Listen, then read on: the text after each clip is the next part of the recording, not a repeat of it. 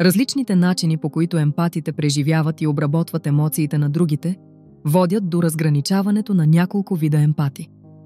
Тези категории не винаги са строго дефинирани и често се преплитат, но могат да помогнат за по-добро разбиране на многообразието на емпатията.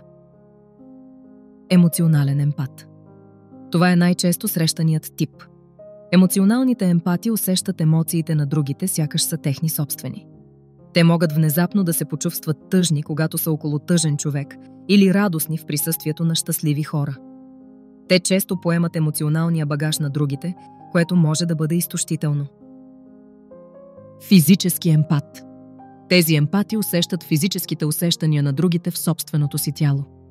Те могат да усетят болка, дискомфорт или дори симптоми на болест, които изпитват хората около тях. Понякога могат да отразяват физическите навици или маниери на другите. Интуитивен емпат. Тези емпати имат силна интуиция и могат да усещат неща за другите, които не са изказани или очевидни. Те могат да знаят дали някой лъже или крие нещо, без да имат конкретни доказателства. Често разчитат на вътрешно усещане за хората и ситуациите. Телепатичен емпат. Тези емпати могат да усещат мислите на другите, не само емоциите. Те могат да четат мисли или да имат силни интуитивни прозрения за намеренията и мислите на хората. Растителен емпат. Флорален емпат. Тези емпати са особено чувствителни към нуждите и състоянието на растенията. Те могат да усетят дали едно растение е здраво, нуждае ли се от вода или светлина, и дори да комуникират с тях на енергийно ниво. Животински емпат. Фаунален емпат. Тези емпати имат силна връзка с животните и могат да разбират техните нужди, емоции и дори физически състояния. Те често се чувстват дълбоко свързани с животните и могат да имат силна интуиция за тяхното благополучие. Земен емпат. Геомантичен емпат. Тези емпати са настроени към енергиите на Земята, промените във времето и природните цикли.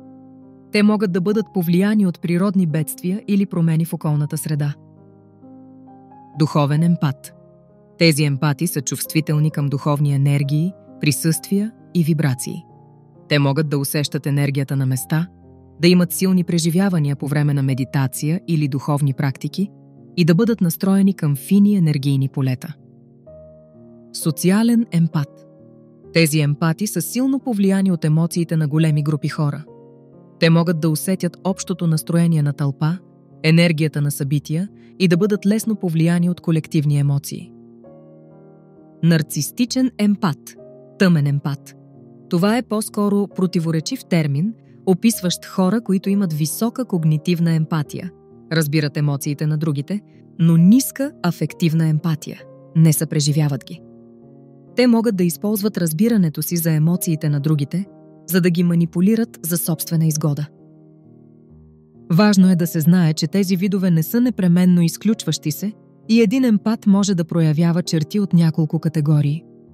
Разбирането на собствения ви тип емпатия може да помогне за по-добро управление на емоционалната чувствителност и поставяне на здравословни граници.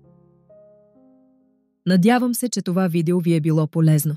Ако е така, моля, харесайте го и се абонирайте за канала ми, за да получавате известия за нови видеа. Споделете го и с приятелите си.